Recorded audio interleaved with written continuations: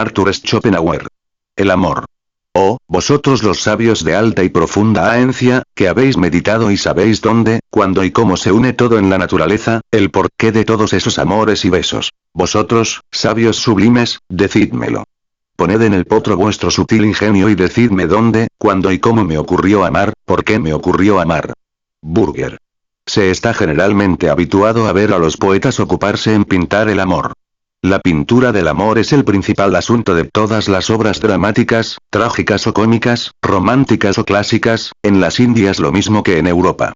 Es también el más fecundo de los asuntos para la poesía lírica, como para la poesía épica. Esto sin hablar del incontable número de novelas que desde hace siglos se producen cada año en todos los países civilizados de Europa con tanta regularidad como los frutos de las estaciones. Todas esas obras no son en el fondo sino descripciones variadas y más o menos desarrolladas de esta pasión.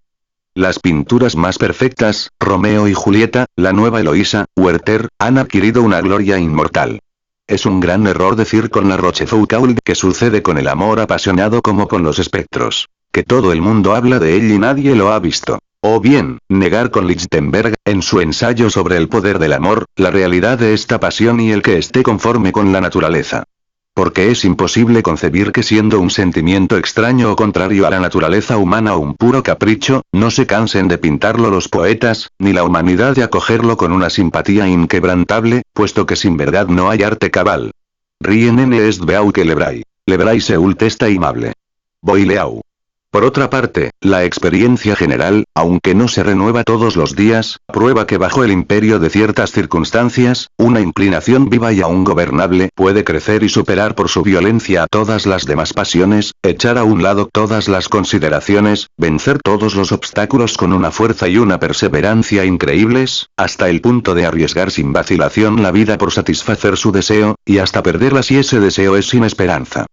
No solo en las novelas hay Werthers y Jacobo Ortiz. Todos los años pudieran señalarse en Europa a lo menos media docena. Mueren desconocidos, y sus sufrimientos no tienen otro cronista que el empleado que registra las defunciones ni otros anales que la sección de noticias de periódicos.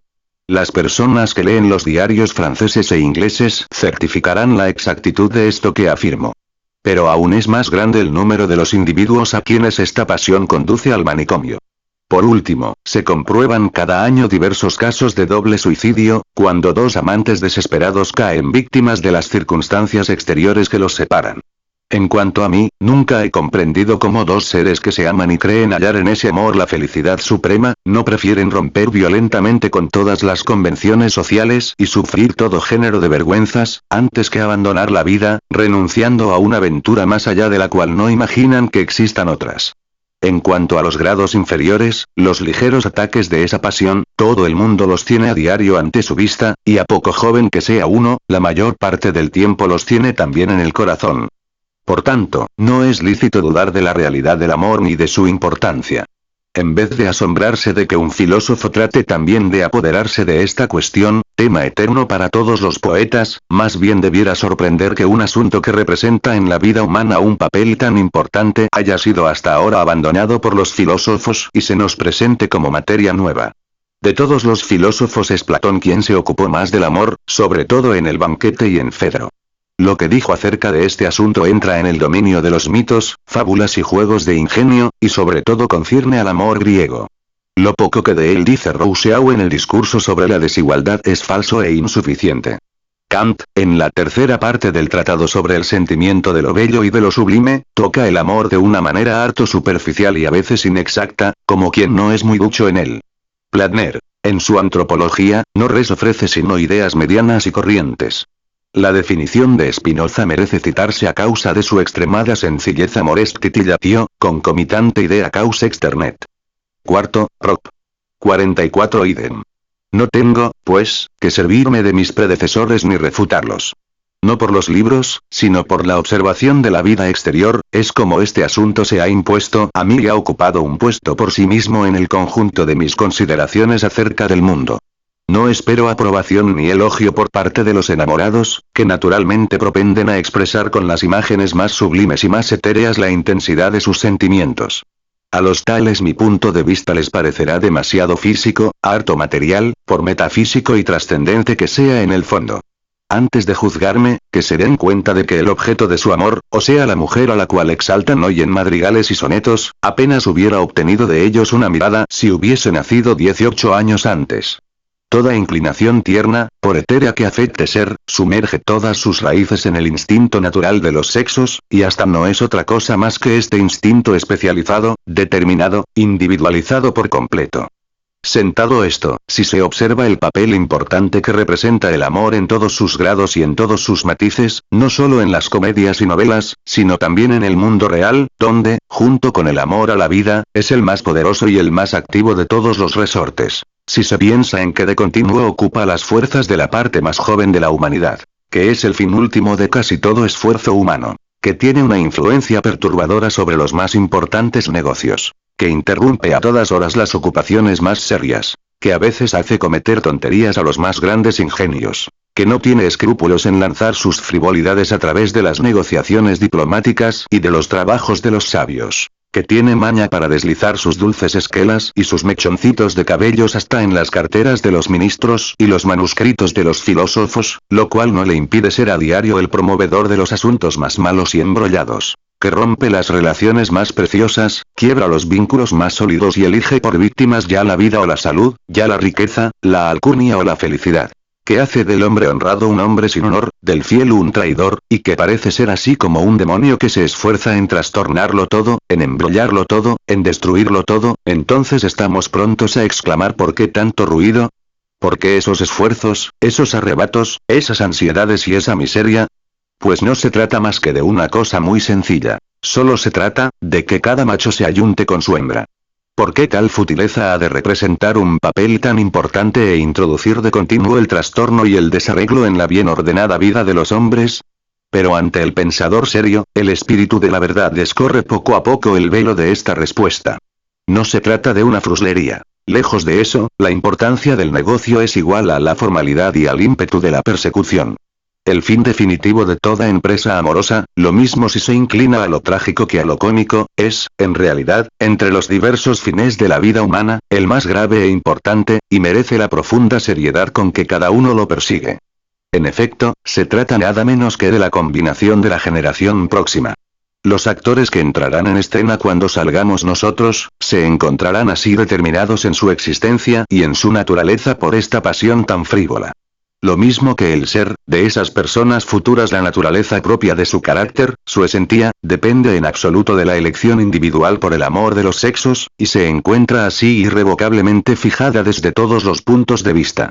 He aquí la clave del problema. La conoceremos mejor cuando hayamos recorrido todos los grados del amor, desde la inclinación más fugitiva hasta la pasión más vehemente. Entonces reconoceremos que su diversidad nace del grado de la individualización en la elección. Todas las pasiones amorosas de la generación presente no son, pues, para la humanidad entera más que una meditatio compositionis generationis futur, equaiterum pendente numer generaciones. Ya no se trata, en efecto, como en las otras pasiones humanas, de una desventaja o una ventaja individual, sino de la existencia y especial constitución de la humanidad futura. En ese caso alcanza su más alto poderío la voluntad individual, que se transforma en voluntad de la especie. En este gran interés se fundan lo patético y lo sublime del amor, sus transportes, sus dolores infinitos, que desde millares de siglos no se cansan los poetas de representar con ejemplos sin cuento.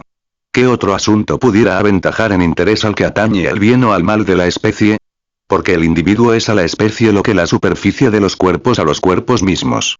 Esto es lo que hace que sea tan difícil dar interés a un drama sin mezclar en él una intriga amorosa, y sin embargo, a pesar del uso diario que del amor se hace, nunca se agota el asunto.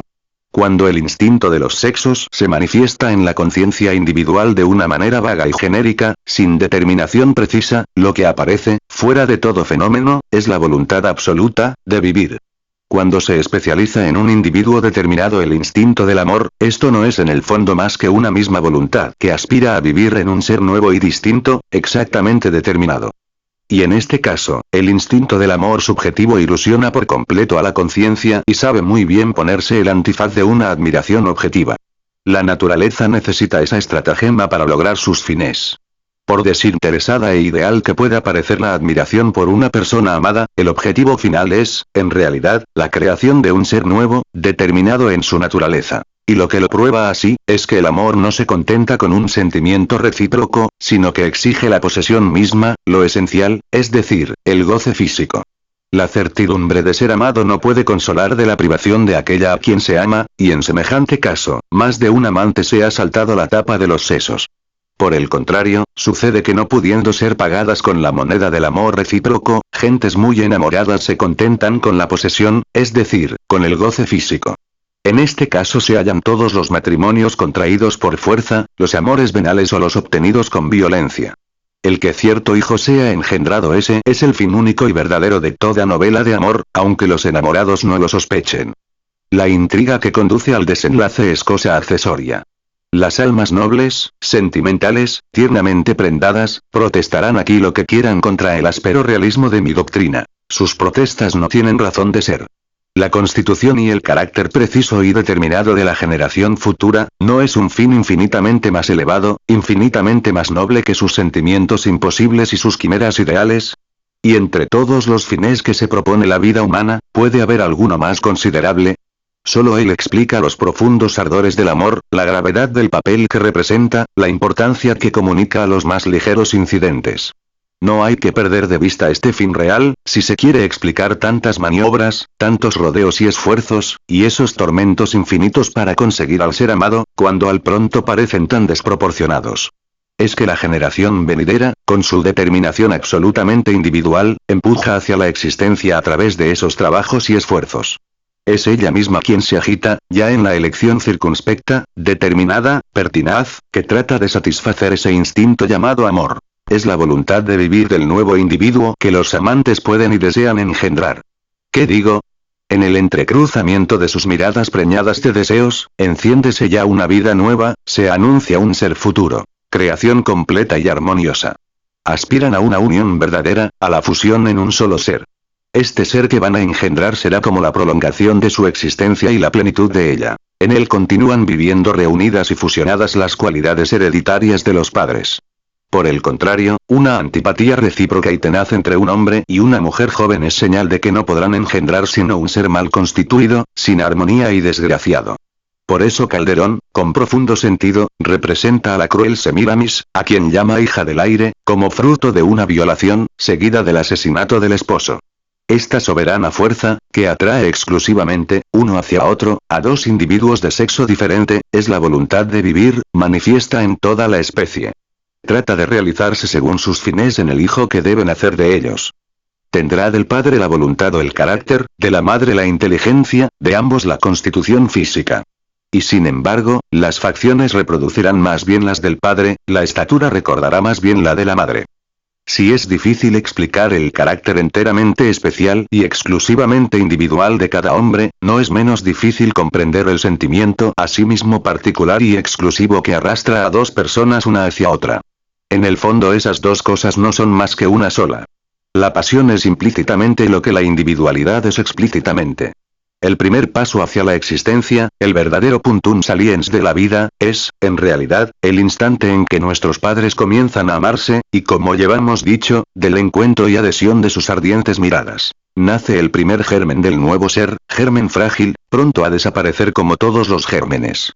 Este nuevo individuo es, en cierto modo, una idea platónica, y como todas las ideas hacen un esfuerzo violento para conseguir manifestarse en el mundo de los fenómenos, ávidas de apoderarse de la materia favorable que la ley de causalidad les entrega como patrimonio, así también esta idea particular de una individualidad humana tiende con violencia y ardor extremados a realizarse en un fenómeno. Esta energía, este ímpetu es precisamente la pasión que los futuros padres experimentan el uno por el otro. Tiene grados infinitos, cuyos dos extremos pudieran designarse con el nombre de amor vulgar y de amor divino, pero en cuanto a la esencia del amor, es en todas partes y siempre el mismo. En sus diversos grados, es tanto más poderoso cuanto más individualizado. En otros términos es tanto más fuerte cuanto, por todas sus cualidades y maneras de ser, la persona amada con exclusión de cualquiera otra sea más capaz de corresponder a la aspiración particular y a la determinada necesidad que ha hecho nacer en aquel que la ama. El amor, por su esencia y por primer impulso, se mueve hacia la salud, la fuerza y la belleza. Hacia la juventud, que es la expresión de ellas, porque la voluntad desea ante todo crear seres capaces de vivir con el carácter integral de la especie humana. El amor vulgar no va más lejos. Luego vienen otras exigencias más especiales, que agrandan y fortalecen la pasión. No hay amor patente sino en la conformidad perfecta de dos seres, y como no hay dos seres semejantes en absoluto, cada hombre debe buscar en cierta mujer las cualidades que mejor corresponden a sus cualidades propias, siempre desde el punto de vista de los hijos por nacer. Cuanto más raro es este hallazgo, más raro es también el amor verdaderamente apasionado. Y precisamente porque cada uno de nosotros tiene en potencia ese gran amor, por eso comprendemos la pintura que de él nos hace el genio de los poetas. Precisamente porque esta pasión del amor se propone de un modo exclusivo al ser futuro y las cualidades que debe tener, puede ocurrir que entre un hombre y una mujer jóvenes, agradables y bien formados, una simpatía de carácter y de espíritu haga nacer una amistad extraña al amor, y puede que en este último punto haya entre ellos cierta antipatía. La razón es que el hijo que naciese de ellos estaría falto de armonía intelectual o física. En una palabra, que su existencia y su constitución no corresponderían a los planes que se propone la voluntad de vivir, en interés de la especie. Puede ocurrir, por el contrario, que, a despecho de la semejanza de sentimientos, de carácter y de espíritu, a despecho de la repugnancia y hasta de la aversión que resulten, nazca y subsista, sin embargo, el amor, porque ciegue acerca de esas incompatibilidades. Si de eso resulta un enlace conyugal, el matrimonio será necesariamente muy desgraciado. Vamos ahora al fondo de las cosas. El egoísmo tiene en cada hombre raíces tan hondas, que los motivos egoístas son los únicos con que puede contarse de seguro para excitar la actividad de un ser individual. Cierto es que la especie tiene sobre el individuo un derecho anterior, más inmediato y más considerable que la individualidad efímera. Sin embargo, cuando es preciso que el individuo obre y se sacrifique por el sostenimiento y el desarrollo de la especie, le cuesta trabajo a su inteligencia, dirigida toda ella hacia las aspiraciones individuales, comprender la necesidad de ese sacrificio y someterse a él enseguida. Para alcanzar su fin es preciso, pues, que la naturaleza embauque al individuo con alguna añagaza, en virtud de la cual vea, como un iluso, su propia aventura en lo que en realidad solo es el bien de la especie.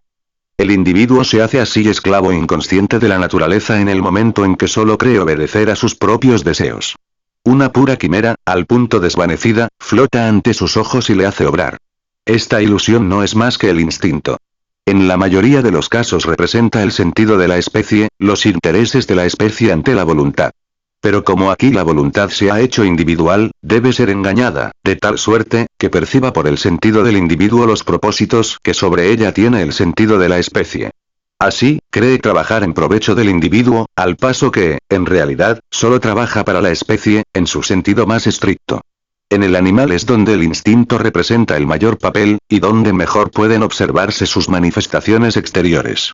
En cuanto a las vías secretas del instinto, como respecto a todo lo que es interior, solo podemos aprender a conocerlas en nosotros mismos.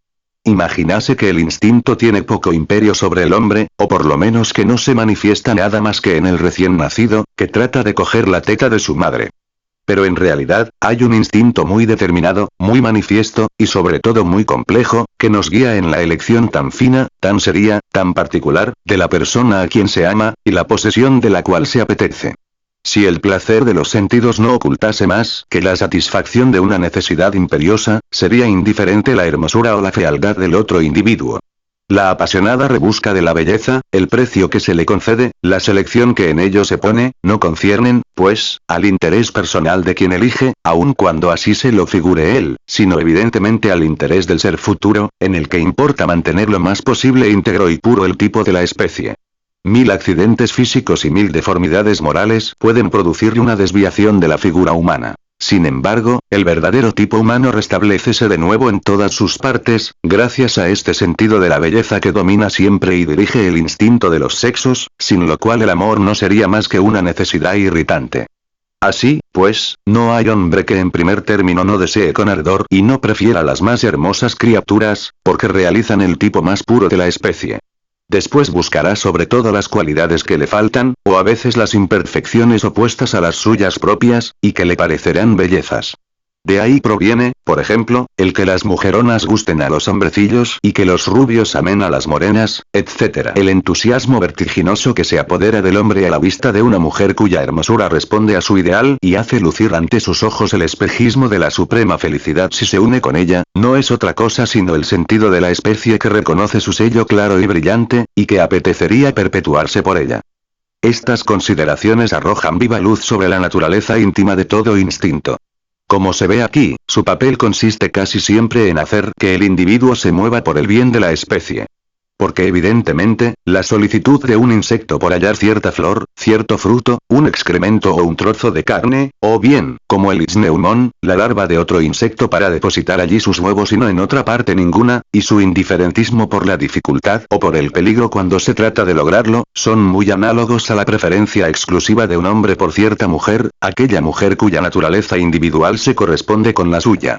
La busca con tan apasionado celo, que antes que no conseguir su objeto, con menosprecio de toda razón, sacrifica a menudo la felicidad de su vida. No retrocede ante un matrimonio insensato, ni ante relaciones ruinosas, ni ante el deshonor, ni ante actos criminales, adulterio o violación. Y eso únicamente por servir a los fines de la especie, bajo la soberana ley de la naturaleza, a expensas hasta del individuo. Por todas partes parece dirigido el instinto por una intención individual, siendo así que es en un todo extraño a ella. La naturaleza hace surgir el instinto siempre que el individuo, entregado a sí mismo, sería incapaz de comprender las miras de ella o estaría dispuesto a resistirlas. He aquí por qué ha sido dado el instinto a los animales, y sobre todo a los animales inferiores más desprovistos de inteligencia. Pero el hombre no le está sometido sino en el caso especial que nos ocupa. Y no es porque el hombre sea incapaz de comprender los fines de la naturaleza, sino porque tal vez no los perseguiría con todo el celo necesario, aun a expensas de su dicha particular. Así, en este instinto como en todos los demás, la verdad se disfraza de ilusión para influir en la voluntad. Una ilusión de voluptuosidad es lo que hace refulgir a los ojos del hombre la embaucadora imagen de una felicidad soberana en los brazos de la belleza, no igualada por ninguna otra humana criatura ante sus ojos. Ilusión es también cuando se imagina que la posesión de un solo ser en el mundo le otorga de seguro una dicha sin medida y sin límites.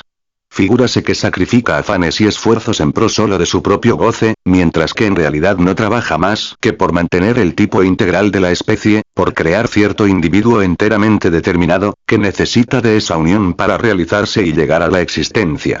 De tal modo es así, que el carácter del instinto es el de obrar en vista de una finalidad de que sin embargo no se tiene idea. Impelido el hombre por la ilusión que le posee, tiene a veces horror al objetivo a donde va guiado, que es la procreación de los seres, y hasta quisiera oponerse a él. Este caso acontece en casi todos los amores ilícitos. Una vez satisfecha su pasión, todo amante experimenta un especial desengaño, se asombra de que el objeto de tantos deseos apasionados no le proporcione más que un placer efímero, seguido de un rápido desencanto. En efecto, ese deseo es a los otros deseos que agitan el corazón del hombre como la especie es al individuo, como el infinito es a lo finito. Solo la especie se aprovecha de la satisfacción de ese deseo, pero el individuo no tiene conciencia de ello. Todos los sacrificios que se ha impuesto, impulsado por el genio de la especie, han servido para un fin que no es el suyo propio. Por eso todo amante, una vez realizada la grande obra de la naturaleza, se llama a engaño. Porque la ilusión que le hacía víctima de la especie se ha desvanecido. Platón dice muy bien voluptas omnium maxime vaniloqua. Estas consideraciones dan nueva luz acerca de los instintos y el sentido estético de los animales. También son esclavos ellos de esa especie de ilusión que hace brillar ante sus ojos el engañoso espejismo de su propio goce, mientras tan asiduamente y con tan absoluto desinterés trabajan en pro de la especie.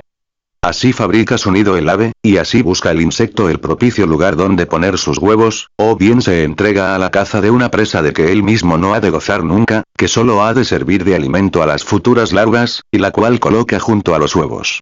Así la abeja, la avispa, la hormiga, trabajan en sus construcciones futuras y toman las más complicadas disposiciones. Lo que dirige a todos estos bichos es evidentemente una ilusión que pone al servicio de la especie el antifaz de un interés egoísta. Tal es la única explicación verosímil del fenómeno interno y subjetivo que dirige las manifestaciones del instinto. Pero al ver las cosas desde fuera, advertimos en los animales más esclavos del instinto, sobre todo en los insectos, un predominio del sistema ganglionar, es decir, del sistema nervioso subjetivo, sobre el sistema cerebral u objetivo, de donde es preciso inducir que los animales, no tanto son impelidos por una inteligencia objetiva y exacta, cuanto por representaciones subjetivas excitantes de deseos que nacen de la acción del sistema ganglionar sobre el cerebro. Esto prueba que también ellos están bajo el imperio de una especie de ilusión, y tal será siempre la marcha fisiológica de todo instinto. Como aclaración, mencionaré también otro ejemplo del instinto en el hombre, si bien es cierto que menos característico, y es el apetito caprichoso de las mujeres en cinta. Parece nacer de que el crecimiento del embrión exige a veces una modificación particular o determinada de la sangre que a él afluye. Entonces el alimento más favorable preséntase al punto al espíritu de la mujer encinta como el objeto de un vivo antojo. También hay en esto una ilusión. Parece, pues, que la mujer tiene un instinto más que el hombre. También está más desarrollado en ella el sistema ganglionar. El excesivo predominio del cerebro explica cómo tiene el hombre menos instintos que los brutos, y cómo sus instintos pueden extraviarse algunas veces. Así, por ejemplo, el sentido de la belleza que dirige la selección al ir en busca del amor, se extravía cuando degenera en vicio contra natura. Asimismo cierta mosca musca vomitoria, en lugar de poner sus huevos conforme a su instinto en una carne en descomposición, los deposita en la flor del Arundra cumulus, extraviada por el olor cadavérico de esta planta. El amor tiene, pues, por fundamento un instinto dirigido a la reproducción de la especie. Esta verdad nos parecerá clara hasta la evidencia si examinamos la cuestión en detalle, como vamos a hacerlo. Ante todo, preciso es considerar que el hombre propende por naturaleza a la inconstancia en el amor, y la mujer a la fidelidad.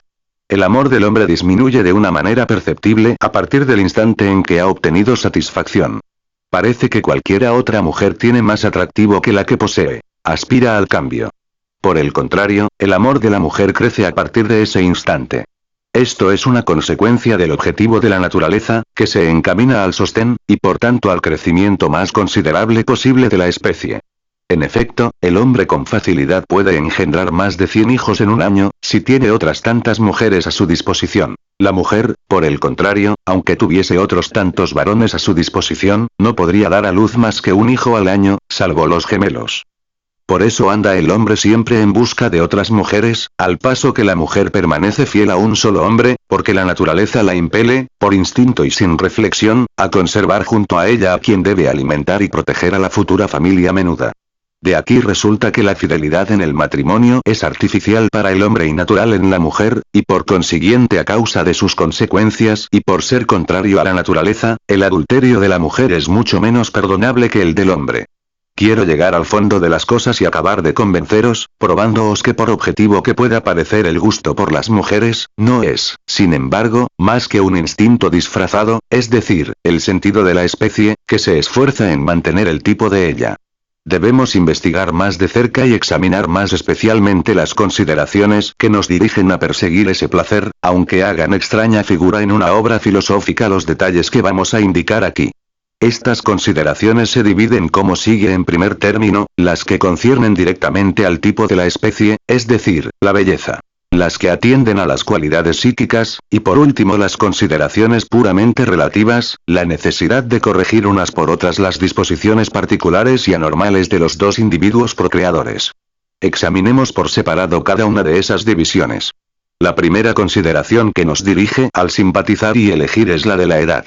En general, la mujer que elegimos se encuentra en los años comprendidos entre el final y el comienzo del flujo menstruo. Por tanto, damos decisiva preferencia al período que media entre las edades de 15 y 28 años. No nos atrae ninguna mujer fuera de las precedentes condiciones. Una mujer de edad, es decir, incapaz de tener hijos, no nos inspira más que un sentimiento de aversión. La juventud sin belleza tiene siempre atractivo, pero ya no lo tiene tanto la hermosura sin juventud. Con toda evidencia, la inconsciente intención que nos guía no es otra sino la posibilidad general de tener hijos. Por consiguiente, todo individuo pierde en atractivo para el otro sexo según se encuentre más o menos alejado del período propio para la generación o la concepción. La segunda consideración es la salud. Las enfermedades agudas no turban nuestras inclinaciones sino de un modo transitorio. Por el contrario, las enfermedades crónicas, las caquexias, asustan o apartan, porque se transmiten a los hijos. La tercera consideración es el esqueleto, porque es el fundamento del tipo de la especie. Después de la edad y de la enfermedad, nada nos aleja tanto como una conformación defectuosa, ni aun el rostro más hermoso podría indemnizarnos de una espalda encorvada. Por el contrario, siempre será preferido un rostro feo sobre un torso recto. Un defecto del esqueleto es lo que siempre os choca más. Por ejemplo, un talle rechoncho y enano, piernas demasiado cortas o el andar cojeando, si no es como consecuencia de un accidente exterior. Por el contrario, un cuerpo notablemente hermoso compensa muchos defectos y nos hechiza. La extremada importancia que damos todos a los pies pequeños tiene también relación con estas consideraciones. En efecto, son un carácter esencial de la especie, pues no hay animal alguno que tenga tan pequeños como el hombre el tarso y el metatarso juntos, lo que depende de su paso en actitud vertical es un plantígrado. Jesús Sirrats dice a este propósito: una mujer de buenas formas y bonitos pies, es como columnas de oro sobre zócalos de plata. No es menor la importancia de los dientes, porque sirven para la nutrición y son especialmente hereditarios. La cuarta consideración es cierta plenitud de carnes, es decir, el predominio de la facultad vegetativa, de la plasticidad, porque ésta promete al feto un alimento rico. Por eso una mujer alta y flaca es repulsiva de un modo sorprendente. Los pechos bien redondos y de buena forma ejercen una notable fascinación sobre los hombres, porque hallándose en relación directa con las funciones genésicas en la mujer, prometen rico alimento al recién nacido. Por el contrario, mujeres gordas con exceso excitan repugnancia en nosotros, porque ese estado morboso es un signo de atrofia del útero, y por consiguiente una señal de esterilidad. No es la inteligencia quien sabe esto, es el instinto. La belleza de la cara no se toma en consideración sino en el último lugar. También aquí lo que ante todo choca más es la parte ósea, más que nada se busca una nariz bien hecha, al paso que una nariz corta, arremangada, lo desluce todo. Una ligera inclinación de la nariz hacia arriba o hacia abajo ha decidido de la suerte de infinidad de mujeres jóvenes, y con razón, porque se trata de mantener el tipo de la especie. La pequeñez de la boca, formada por unos huesos maxilares pequeños, es esenciadísima como carácter específico del rostro humano, en oposición al hocico de los demás animales. La barba escurrida, o más bien dicho, amputada, es particularmente repulsiva, porque un rasgo característico de nuestra especie es la barbilla prominente, mentum prominentum. En último término, se consideran los ojos y la frente hermosos, los cuales se relacionan con las cualidades psíquicas, sobre todo con las cualidades intelectuales, que forman parte de la herencia, por la madre. Naturalmente, no podemos enumerar con tanta exactitud las consideraciones inconscientes a las cuales se adhiere la inclinación de la mujer. He aquí lo que, de una manera general, puede afirmarse. Las mujeres prefieren en el hombre a cualquiera otra edad la de 30 y 35 años, aún por encima de los hombres jóvenes que, sin embargo, representan la flor de la belleza masculina. La causa de eso es que se guían, no por el gusto, sino por el instinto, que reconoce en esos años el apogeo de la potencia genérica. En general, hacen muy poco caso de la hermosura, sobre todo de la del rostro, como si ellas solas se encargasen de transmitirla al hijo. La fuerza y la valentía del hombre son, sobre todo, las que conquistan su corazón, porque estas cualidades prometen una generación de robustos hijos y parecen asegurarles para lo venidero un protector animoso. Todo defecto corporal del hombre, toda desviación del tipo, puede suprimirlos la mujer para el hijo en la generación si las partes correspondientes en la constitución de ella a las defectuosas en el hombre son intachables o aún están exageradas en sentido inverso.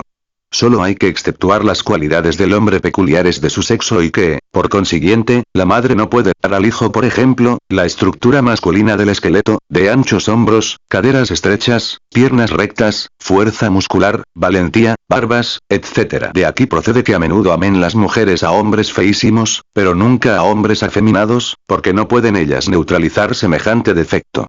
El segundo orden de consideraciones que importan en el amor concierne a las cualidades psíquicas.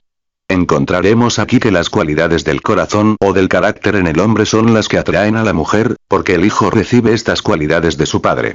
Ante todo, sirven para ganar a la mujer una voluntad firme, la decisión y el arrojo y acaso la rectitud y la bondad de corazón. Por el contrario, las cualidades intelectuales no ejercen sobre ella ninguna acción directa e instintiva, precisamente porque el padre no las transmite a sus hijos. La necedad no perjudica para con las mujeres. con frecuencia causa un efecto desfavorable por su desproporción, un talento superior o el genio mismo. Así se ve a menudo a un hombre feo, necio y grosero suplantar cerca de las mujeres a un hombre bien formado, ingenioso y amable. Hasta se ven matrimonios por amor entre seres lo más desemejantes posible desde el punto de vista del espíritu. Por ejemplo, el hombre brutal, robusto y romo de entendimiento, ella dulce, impresionable, aguda en el pensar, instruida, llena de buen gusto, etc. O bien el hombre muy sabio, un genio, y ella una gansa. La razón de esto es que las consideraciones predominantes en el amor no tienen nada de intelectual, y se refieren al instinto. Lo que se tiene en cuenta para el matrimonio no es una conversación llena de chispa, sino la procreación de hijos. El matrimonio es un vínculo de los corazones y de las cabezas. Cuando una mujer afirma que está prendada del talento de un hombre, esto no es más que una presunción vana y ridícula o la exaltación de un ser degenerado. Por el contrario, en el amor instintivo los hombres no se ven clasificados por las cualidades de carácter de la mujer. Por eso tantos Sócrates han encontrado sus Xantipas. Por ejemplo, Shakespeare, Alberto Durero, Byron, etc. Las cualidades intelectuales tienen una gran influencia tratándose de la mujer, porque se transmiten por la madre. Sin embargo, su influjo se ve fácilmente sobrepujado por el de la belleza corpórea, que obra de un modo más directo sobre puntos más esenciales. Acontece, no obstante, que madres instruidas por propia experiencia de ese influjo intelectual hacen aprender a sus hijas las bellas artes, los idiomas, etc., para hacerlas atractivas a sus futuros maridos.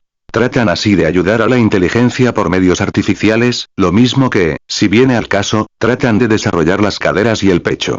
Advirtamos que solo se trata aquí del atractivo por instinto e inmediato, único que da origen a la verdadera pasión del amor. Que una mujer inteligente e instruida aprecie la inteligencia y el talento en un hombre, que un hombre razonable y reflexivo pruebe el carácter de su prometida y lo tenga en cuenta, eso nada hace para el asunto de que aquí tratamos. Así procede la razón en el matrimonio cuando es ella quien elige, pero no el amor apasionado, único que nos ocupa. Hasta el presente no he tenido en cuenta sino consideraciones absolutas, es decir, de un efecto general. Paso ahora a las consideraciones relativas, que son individuales, porque en este caso el fin es rectificar el tipo de la especie ya alterado, corregir los extravíos de tipo que la misma persona que elige tiene ya, y volver así a una pura representación de aquel tipo. Cada cual ama precisamente lo que le falta. La elección individual, que se funda en estas consideraciones por completo relativas, es mucho más determinada, más resuelta y más exclusiva que la elección fundada solo en condiciones absolutas. De estas consideraciones relativas nace, por lo común, el amor apasionado, mientras que los amores comunes y pasajeros solo se guían por consideraciones absolutas. No siempre es la hermosura perfecta y cabal quien inflama las grandes pasiones. Para una inclinación verdaderamente apasionada, se necesita una condición que solo podemos expresar por una metáfora tomada de la química. Las dos personas deben neutralizarse una a otra, como un ácido y un álcali forman una sal neutra. Toda constitución sexual es una constitución incompleta, la imperfección varía según los individuos. En uno y otro sexo, cada ser no es más que una parte incompleta e imperfecta del todo. Pero esta parte puede ser más o menos considerable según las naturalezas. Por eso cada individuo encuentra su complemento natural en cierto individuo del otro sexo, que representa la fracción indispensable para el tipo completo, que lo concluye y neutraliza sus defectos y produce un tipo cabal de la humanidad en el nuevo individuo que debe nacer. Todo conspira sin cesar a la constitución de ese ser futuro. Los fisiólogos saben que la sexualidad en el hombre y en la mujer tiene innumerables grados. La virilidad puede descender hasta el horrible ginandro, hasta el hipospadias.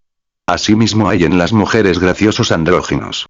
Los dos sexos pueden llegar al hermafroditismo completo, y estos individuos, que constituyen el justo medio entre los dos sexos y no forman parte de ninguno, son incapaces de reproducirse. Para la neutralización de dos individualidades una por otra, es preciso que el determinado grado de sexualidad en cierto hombre corresponda exactamente al grado de sexualidad en cierta mujer, a fin de que esas dos disposiciones parciales se compensen la una a la otra con exactitud. Así es que el hombre más viril buscará a la mujer más femenina, y viceversa. Los amantes miden por instinto esta parte proporcional necesaria a cada uno de ellos, y ese cálculo inconsciente se encuentra con las demás consideraciones en el fondo de toda gran pasión. Por eso, cuando los enamorados hablan con tono patético de la armonía de sus almas, casi siempre debe sobreentenderse la armonía de las cualidades físicas propias de cada sexo, y de tal naturaleza que puedan engendrar un ser perfecto, armonía que importa mucho más que el concierto de sus almas, el cual, después de la ceremonia, suele convertirse en chillona discordancia. Únense a esto las consideraciones relativas más lejanas, que se fundan en el hecho de que cada cual se esfuerza por neutralizar, por medio de la otra persona, sus debilidades, sus imperfecciones y todos los extravíos del tipo normal, por temor a que se perpetúen en el hijo futuro, o de que se exageren y lleguen a ser deformidades. Cuanto más débil es un hombre desde el punto de vista de la fuerza muscular, más buscará mujeres fuertes, y la mujer obrará lo mismo. Pero como es una ley de la naturaleza que la mujer tenga una fuerza muscular menor, también está en la naturaleza el que las mujeres prefieran a los hombres robustos. La estatura es también una consideración importante. Los hombres bajitos tienen decidida inclinación a las mujeres grandes, y recíprocamente. La aversión de las mujeres grandes por los hombres grandes está en el fondo de las miras de la naturaleza, a fin de evitar una raza gigantesca, cuando la fuerza transmitida por la madre sería demasiado débil para asegurar larga duración a esta raza excepcional. Si una mocetona elige por marido a un mocetón, entre otros móviles por hacer mejor figura en sociedad, sus descendientes expiarán esta locura. Hasta en las diversas partes del cuerpo busca cada cual un correctivo a sus defectos, a sus desviaciones, con tanto mayor cuidado cuanto más importante sea la parte. Por ejemplo, las personas de nariz chata contemplan con inexplicable placer una nariz aguileña, un perfil de loro, y así por el estilo. Los hombres de formas escuálidas, de largo esqueleto, admiran a una personilla que cabe bajo una taza y corta con exceso. Lo mismo sucede con el temperamento, cada cual prefiere lo opuesto al suyo, y su preferencia es proporcional siempre a la energía de su propio temperamento. Y no es que una persona perfecta en alguna de sus partes ame las imperfecciones contrarias, sino que las soporta con más facilidad que otras las soportarían. Los hijos encuentran en esas cualidades una garantía contra una imperfección más grande. Por ejemplo, una persona muy blanca no sentirá repugnancia por un tinte aceitunado. Pero a los ojos de una persona de tez negruzca, un tinte de una blancura deslumbradora le parece divinamente hermoso.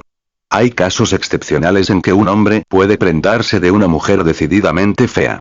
Esto es conforme a nuestra ley de concordancia de los sexos, cuando el conjunto de los defectos e irregularidades físicas de la mujer son exactamente lo opuesto, y por consiguiente, el correctivo de los del hombre.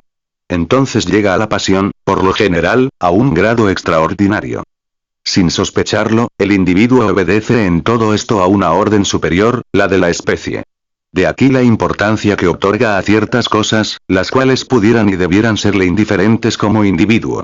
Nada hay tan extraño como la seriedad profunda e inconsciente con que se observan, uno a otro, dos jóvenes de diferente sexo que se ven por vez primera, la mirada inquisidora y penetrante que uno a otro se dirigen, la minuciosa inspección que todas las facciones y todas las partes de sus personas respectivas tienen que afrontar. Este examen es la meditación del genio de la especie sobre el hijo que podrían procrear y la combinación de sus elementos constitutivos. El resultado de esta meditación determinará el grado de su inclinación mutua y de sus recíprocos deseos. Después de alcanzar cierto grado, ese primer impulso puede suspenderse de pronto por el descubrimiento de algún detalle inadvertido hasta entonces. Así medita el genio de la especie la generación futura, y la gran labor de Cupido, que especula, se ingenia y obra sin cesar, consiste en preparar la constitución de aquella. Poco importa la ventaja de los efímeros individuos ante los grandes intereses de la especie entera, presente y futura. El dios está siempre dispuesto a sacrificar a los primeros sin compasión. El genio de la especie es relativamente a los individuos como un inmortal es a los mortales, y sus intereses son a los de los hombres como el infinito es a lo finito. Sabiendo, pues, que administra bienes superiores a aquellos que solo conciernen a un bien o un mal individual, los gestiona con una impasibilidad suprema, en medio del tumulto de la guerra, en la agitación de los negocios, a través de los horrores de una peste, y aún los persigue hasta en el retiro del claustro. Más atrás hemos visto que la intensidad del amor crece conforme se individualiza. Lo hemos probado. La constitución física de dos individuos puede ser tal que, para mejorar el tipo de la especie y devolverle toda su pureza, deba ser uno de esos individuos el complemento del otro. Un deseo mutuo y exclusivo los atrae entonces, y solo por el hecho de fijarse en un objeto único y que representa al mismo tiempo una misión especial de la especie, ese deseo adquiere al punto un carácter noble y elevado. Por la razón opuesta, el puro instinto sexual es un instinto vulgar, porque no se dirige a un individuo único, sino a todos, y solo trata de conservar la especie por el número nada más y sin preocuparse de la calidad. Cuando el amor aficiona a un ser único, logra entonces tal intensidad, tal grado de pasión, que si no puede ser satisfecho, pierden su valor todos los bienes del mundo y la misma vida. Es una pasión de una violencia sin igual, que no retrocede ante ningún sacrificio y puede conducir a la locura o al suicidio. Las causas inconscientes de una pasión tan excesiva deben diferir de las que hemos puesto en claro más arriba, y son menos aparentes. Preciso es que admitamos que aquí no se trata solo de adaptación física, sino que, además, la voluntad del hombre y la inteligencia de la mujer tienen entre sí una concordancia especial, que hace que solo ellos puedan engendrar cierto ser enteramente determinado. La existencia de ese ser es lo que tiene aquí por punto de mira el genio de la especie, por razones ocultas en la cosa en sí, y que no son accesibles para nosotros. En otros términos, la voluntad de vivir desea en este caso objetivarse en un individuo exactamente predeterminado, y que solo puede engendrar ese padre unido a esta madre. Ese deseo metafísico de la voluntad en sí no tiene, desde luego, otra esfera de acción en la serie de los seres más que los corazones de los futuros padres. Arrebatados por este impulso, se imaginan no desear sino para sí mismos lo que solo tiene una finalidad puramente metafísica, es decir, fuera del círculo de las cosas existentes en realidad. Así, pues, de la fuente original de todos los seres brota esa aspiración de un ser futuro, que encuentra la ocasión única para llegar a la vida, y esta aspiración se manifiesta en la realidad de las cosas por la pasión elevada y exclusiva de los padres futuros uno por otro. En el fondo no es más que una ilusión que impulsa a un enamorado a sacrificar todos los bienes de la tierra por unirse a esa mujer, y sin embargo, ella no puede darle ninguna cosa más que otra mujer. Tal es el único fin que se persigue, y prueba de ello es que esta pasión se extingue con el goce, lo mismo que las demás, con gran asombro de los interesados. También se extingue cuando, hallándose estéril la mujer lo que, según Ufeland, puede resultar de 19 vicios de constitución accidentales, se desvanece el fin metafísico. Millones de gérmenes desaparecen así cada día, en los cuales, no obstante, aspira también al ser el mismo principio metafísico de la vida. Para esto no hay consuelo alguno, a no ser el de que la voluntad de vivir dispone del infinito en el espacio, en el tiempo y en la materia, y que tiene abierta una ocasión inagotable de volver.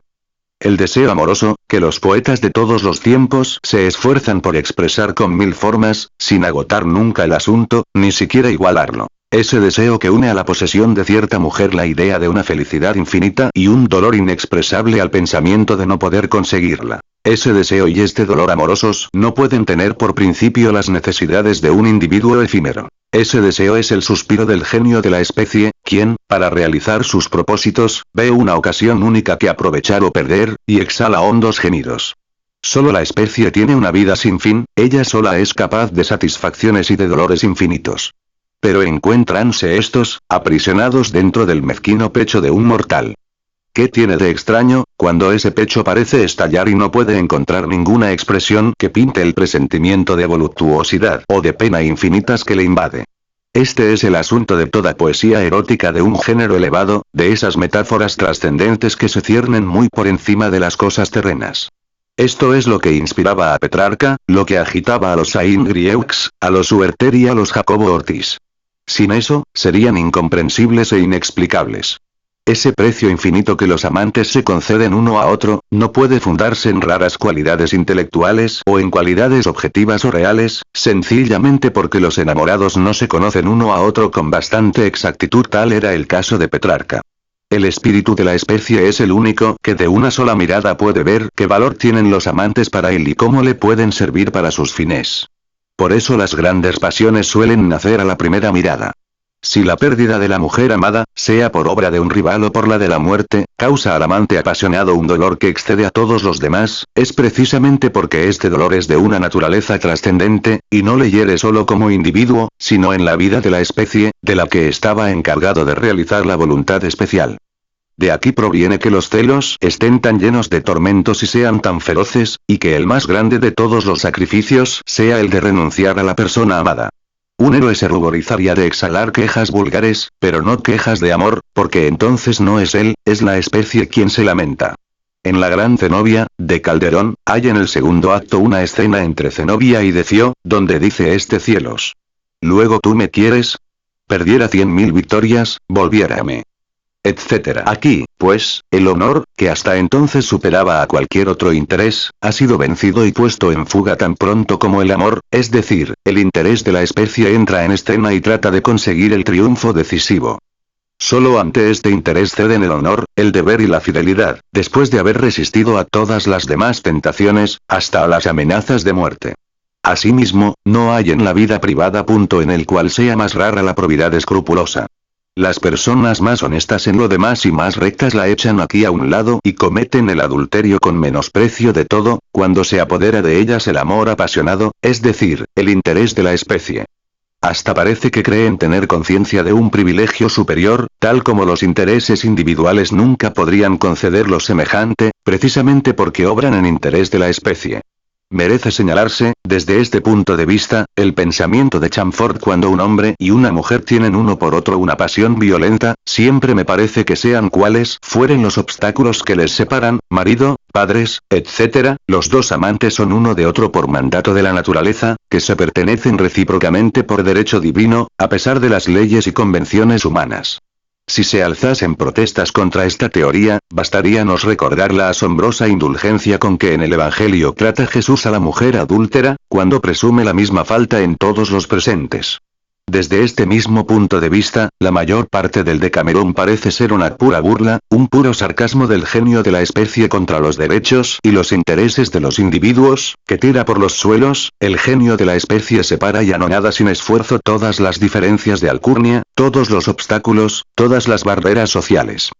Disipa, cual una leve arista, todas las instituciones humanas, sin cuidarse más que de las generaciones futuras. Bajo el imperio de un interés amoroso, desaparece todo peligro y hasta el ser más pusilánime encuentra valor. Y en la comedia y la novela, con qué placer, con qué simpatía acompañamos a los jóvenes que defienden su amor, es decir, el interés de la especie, y que triunfan de la hostilidad de los padres, únicamente preocupados de los intereses individuales. Tanto como la especie sobrepuja al individuo, otro tanto supera la pasión en importancia, elevación y justicia a todo lo que la contraría.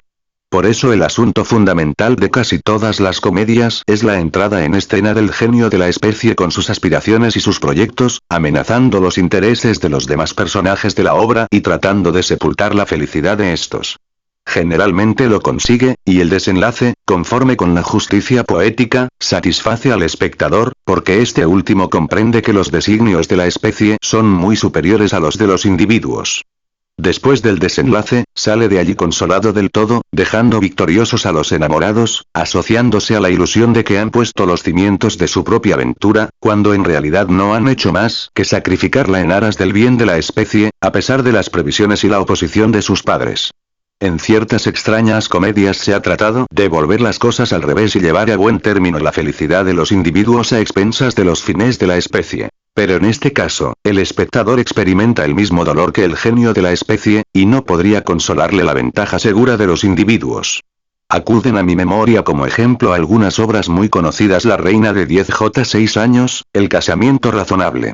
En las tragedias donde se trata de amor, los amantes casi siempre sucumben, porque no han podido hacer triunfar los fines de la especie, de los cuales eran solo instrumento. Así sucede en Romeo y Julieta, Tancredo, Don Carlos, Wallenstein, La desposada de Mesina y tantas otras. Un enamorado, lo mismo puede llegar a ser cómico que trágico, porque en uno y otro caso está en manos del genio de la especie, que le domina hasta el punto de enajenarlo de sí mismo. Sus acciones son desproporcionadas con respecto a su carácter. De aquí proviene, en los grados superiores de la pasión, ese colorido tan poético y tan sublime que reviste sus pensamientos, esa elevación trascendente y sobrenatural que parece hacerle perder de vista en absoluto el objetivo enteramente físico de su amor. Es que entonces le animan el genio de la especie y sus intereses superiores. Ha recibido la misión de fundar una serie indefinida de generaciones dotadas de cierta constitución y formadas por ciertos elementos que no pueden hallarse más que en un solo padre y una sola madre.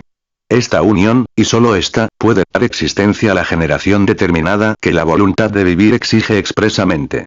El presentimiento que tiene de obrar en circunstancias de una importancia tan trascendente, eleva al amante a tal altura sobre las cosas terrenas y hasta sobre sí mismo, y reviste sus deseos materiales con una apariencia tan inmaterial, que el amor es un episodio poético hasta en la vida del hombre más prosaico, lo que a veces le ridiculiza. Esta misión, que la voluntad cuidadosa de los intereses de la especie impone al amante, se presenta bajo el disfraz de una aventura infinita, que espera encontrar en la posesión de la mujer amada. En los grados supremos de la pasión es tan brillante esta quimera que, si no puede conseguirse, la misma vida pierde todos sus encantos y parece desde entonces tan exhausta de alegrías, tan sosa y tan insípida, que el disgusto que por ella se siente supera aún al espanto de la muerte, y el infeliz abrevia a veces sus días voluntariamente. En este caso, la voluntad del hombre ha entrado en el torbellino de la voluntad de la especie, o bien esta última arrolla de tal modo a la voluntad individual, que si el amante no puede obrar en representación de esta voluntad de la especie, renuncia a obrar en nombre de la suya propia. El individuo es un vaso harto frágil para contener la aspiración infinita de la voluntad de la especie, concentrada sobre un objeto determinado. Desde entonces no tiene más salida que el suicidio, a veces el doble suicidio de los dos amantes, a menos de que la naturaleza, por salvar la existencia, no deje sobrevenir la locura que cubre con su velo la conciencia de un estado desesperado. Todos los años vienen a confirmar esta verdad varios casos análogos. Pero no solo es la pasión quien a veces tiene un desenlace trágico. El amor satisfecho conduce también más a menudo a la desdicha que a la felicidad. Porque las exigencias del amor, en conflicto con el bienestar personal del amante, son tan incompatibles con las otras circunstancias de la vida y sus planes acerca de lo venidero, que minan todo el edificio de sus proyectos, de sus esperanzas y de sus ensueños. El amor, no solo está en contradicción con las relaciones sociales, sino que a menudo también lo está con la naturaleza íntima del individuo, cuando se fija en personas que, fuera de las relaciones sexuales, serían odiadas por su amante, menospreciadas y hasta aborrecidas. Pero la voluntad de la especie tiene tanto poder sobre el individuo, que el amante impone silencio a sus repugnancias y cierra los ojos acerca de los defectos de aquella a quien ama. Pasa de ligero por todo, lo desconoce todo y se une para siempre al objeto de su pasión.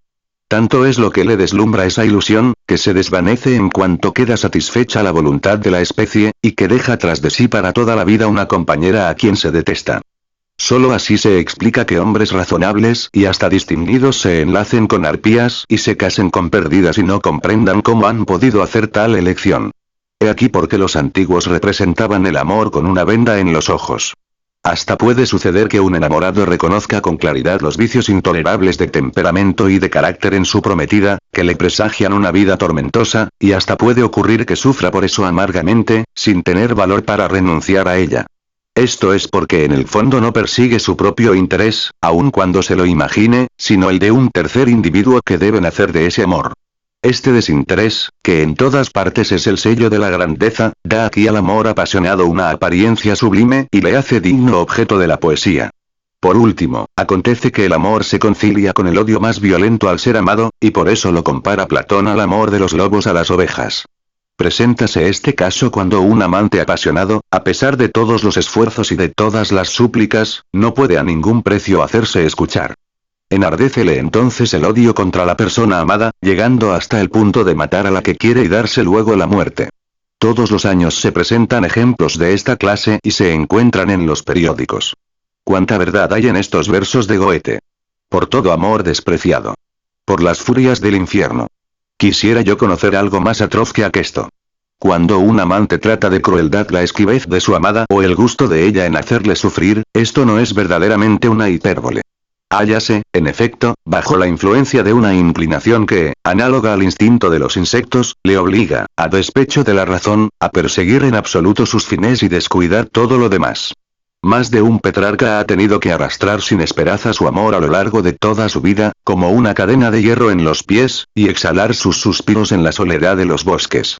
Pero no ha habido más que un Petrarca dotado al mismo tiempo del don de poesía.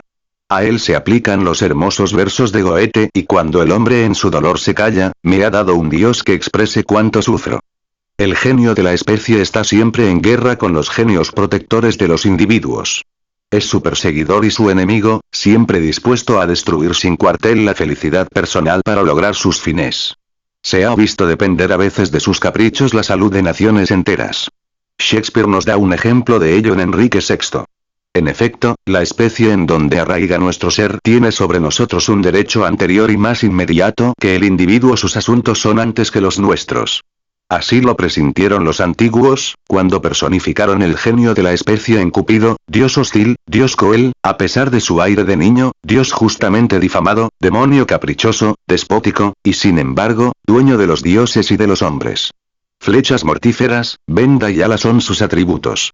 Las alas indican la inconstancia, séquito habitual de la desilusión que acompaña al deseo satisfecho.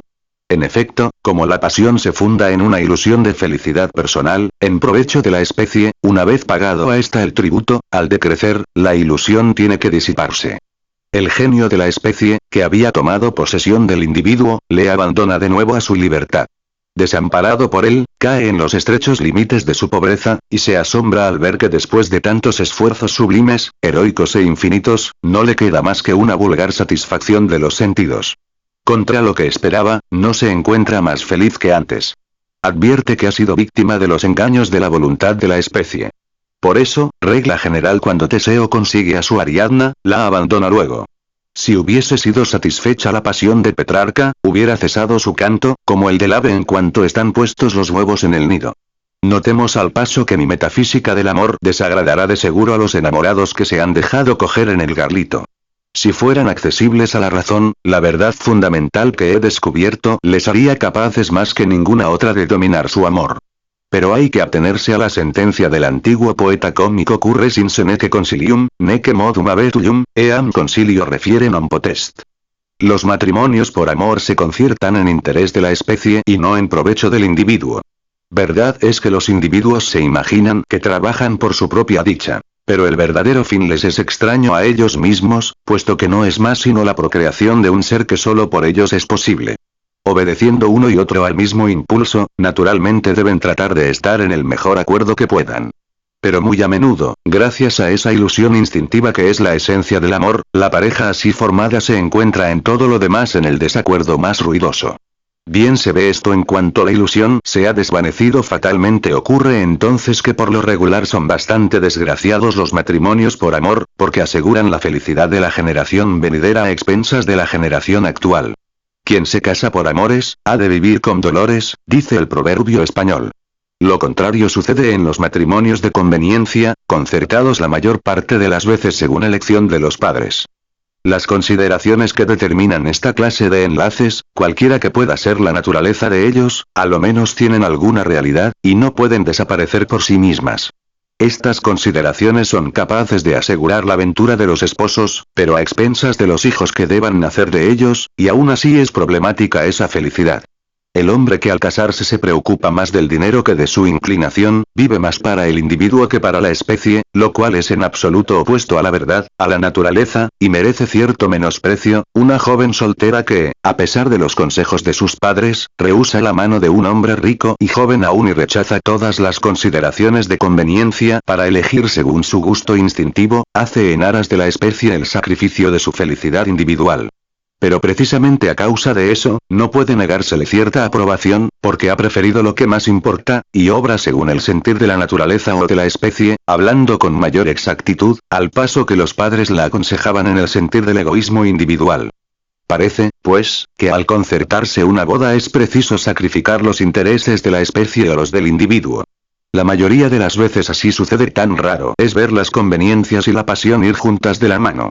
La miserable constitución física, moral o intelectual de la mayor parte de los hombres proviene, sin duda, en gran manera de que por lo general se conciertan los matrimonios, no por pura elección o simpatía, sino por toda clase de consideraciones exteriores y conforme a circunstancias accidentales. Cuando al mismo tiempo que las conveniencias se respeta hasta cierto punto la inclinación, resulta una especie de transacción con el genio de la especie. Ya se sabe que son muy escasos los matrimonios felices, porque la esencia del matrimonio es tener como principal objetivo, no la generación actual, sino la generación futura. Sin embargo, para consuelo de las naturalezas tiernas y amantes, añadamos que el amor apasionado se asocia a veces con un sentimiento del todo diferente. Me refiero a la amistad que se funda en el acuerdo de los caracteres, pero no se declara hasta que el amor se extingue con el goce. El acorde de las cualidades complementarias, morales, intelectuales y físicas, necesario desde el punto de vista de la generación futura para hacer que nazca el amor, puede también, por una especie de oposición concordante de temperamentos y caracteres, producir la amistad desde el punto de vista de los mismos individuos. Toda esta metafísica del amor que acabo de desarrollar aquí, se enlaza íntimamente con mi metafísica en general, y he aquí cómo la ilumina con nueva luz. Se ha visto que en el amor de los sexos la selección atenta, elevándose poco a poco hasta el amor apasionado, se funda en el alto y serio interés que el hombre se toma por la constitución especial y personal de la raza venidera. Esta simpatía, en extremo notable, confirma precisamente dos verdades presentadas en los anteriores capítulos. En primer término, la indestructibilidad del ser en sí que sobrevive al hombre en esas generaciones por venir. Esta simpatía tan viva y tan activa, que nace, no de la reflexión y de la intención, sino de las aspiraciones y de las tendencias más íntimas de nuestro ser, no podría existir de una manera tan indestructible y ejercer sobre el hombre tan gran imperio, si el hombre fuese efímero en absoluto y si las generaciones se sucedieran real y absolutamente distintas unas de otras, sin más lazo que la continuidad del tiempo. La segunda verdad es que el ser en sí reside en la especie más que en el individuo.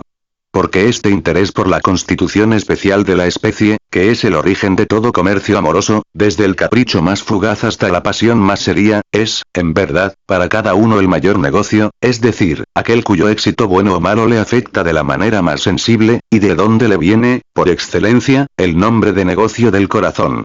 Por eso, cuando este interés ha hablado de una manera decisiva, se le subordina, y en caso preciso se le sacrifica cualquier otro interés que solo concierna a la persona privada. Así prueba el hombre que la especie le importa más que el individuo, y que vive más directamente en la especie que en el individuo. ¿Por qué, pues, queda suspenso el enamorado, con completo abandono, de los ojos de aquella a quien ha elegido? ¿Por qué está dispuesto a sacrificarlo todo por ella? Porque la parte inmortal de su ser es lo que por ella suspira, al paso que cualquier otro de sus deseos solo se refiere a su ser fugitivo y mortal. Esta aspiración viva, ferviente, dirigida a cierta mujer, es, pues, un gaje de la indestructibilidad de la esencia de nuestro ser y de su continuidad en la especie. Considerar esta continuidad como una cosa insuficiente e insignificante, es un error que nace de que por continuidad de vida de la especie no se entiende otra cosa más que la existencia futura de seres semejantes a nosotros, pero en ninguna manera idénticos, y eso porque, partiendo de un conocimiento dirigido hacia las cosas exteriores, no se considera más que la figura exterior de la especie, tal como la concebimos por intuición, y no en su esencia íntima. Esta esencia oculta es precisamente lo que está en el fondo de nuestra conciencia y forma su punto céntrico, lo que es hasta más inmediato que esta conciencia. Y en tanto que es cosa en sí, libre del principium individuationis, esta esencia se encuentra absolutamente idéntica en todos los individuos, lo mismo en los que existen entonces que en los que les suceden. Esto es lo que, en otros términos, llamo yo la voluntad de vivir, o sea aquella aspiración apremiante a la vida y a la duración. Precisamente esa es la fuerza que la muerte conserva y deja intacta, fuerza inmutable que no puede conducir a un estado mejor. Para todo ser vivo, el sufrimiento y la muerte son tan ciertos como la existencia. Puede, sin embargo, liberarse de los sufrimientos y de la muerte por la negación de la voluntad de vivir, que tiene por efecto desprender la voluntad del individuo de la rama de la especie y suprimir la existencia en la especie. No tenemos ninguna idea acerca de lo que entonces le sucede a esta voluntad, y nos faltan todos los datos sobre este punto. No podemos designar tal estado sino como aquel que tiene la libertad de ser o de no ser voluntad de vivir. Este último caso es lo que el budismo denomina nirvana. Este es precisamente el punto que por su misma naturaleza queda siempre lejos del alcance de todo conocimiento humano. Si poniéndonos ahora en el punto de vista de estas últimas consideraciones, sumergimos nuestras miradas en el tumulto de la vida, vemos su miseria y sus tormentos ocupar a todos los hombres.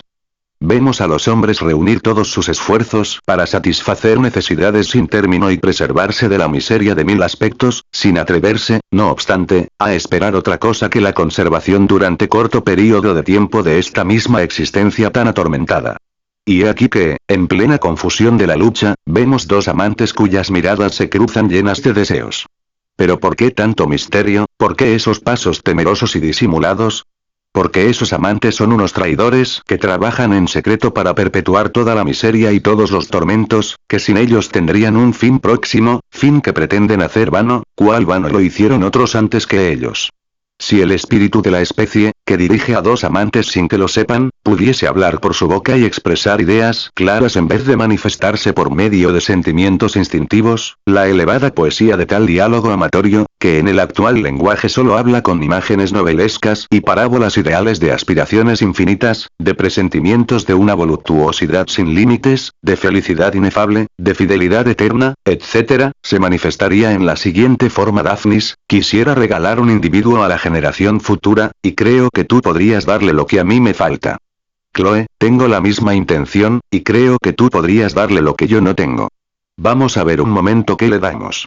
Daphnis, yo le doy elevada estatura y fuerza muscular, tú no tienes ni una ni otra. Chloe, yo le doy bellas formas y menudos pies, tú no tienes ni estos ni aquellas. Daphnis, yo le doy fina piel blanca, que tú no tienes.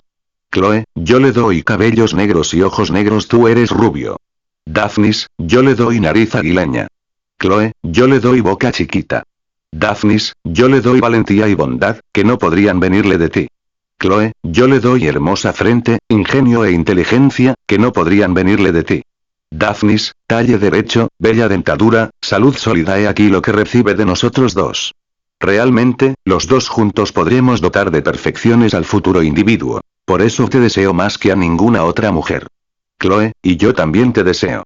Si se tiene en cuenta la inmutabilidad absoluta del carácter y de la inteligencia de cada hombre, preciso es admitir que para ennoblecer a la especie humana no es posible intentar nada exterior. Obtendríase ese resultado, no por la educación y la instrucción, sino por vía de la generación. Este es el parecer de Platón cuando, en el libro quinto de su República, expone aquel asombroso plan del acrecimiento y ennoblecimiento de la casta de los guerreros. Si se pudiese hacer eunucos a todos los pillastres, encerrar en conventos a todas las necias, proveer a las personas de carácter de todo un harén y de hombres verdaderos hombres a todas las jóvenes solteras inteligentes y graciosas, veríase bien pronto nacer una generación que nos daría una edad superior aún al siglo de Pericles. Sin dejarnos llevar de planes quiméricos, hay para reflexionar que si después de la pena de muerte se estableciese la castración como la pena más grande, se libraría a la sociedad de generaciones enteras de tunos, y esto con tanta mayor seguridad cuanto que, como se sabe, la mayoría de los crímenes se cometen entre las edades de 20 y 30 años. Creo, como Sterne, que la voluptuosidad es muy seria. Representaos la pareja más hermosa, la más encantadora, como se atraen y repelen, se desean y se huyen con gracia, en un bello juego de amor. Llega el instante de la voluptuosidad, todo jugueteo, toda alegría graciosa y dulce han desaparecido de repente. La pareja se ha puesto seria. ¿Por qué? Porque la voluptuosidad es bestial, y la bestialidad no se ríe. Las fuerzas de la naturaleza obran seriamente en todas partes. La voluptuosidad de los sentidos es lo opuesto al entusiasmo que nos abre el mundo ideal. El entusiasmo y la voluptuosidad son graves y no traen consigo jugueteos.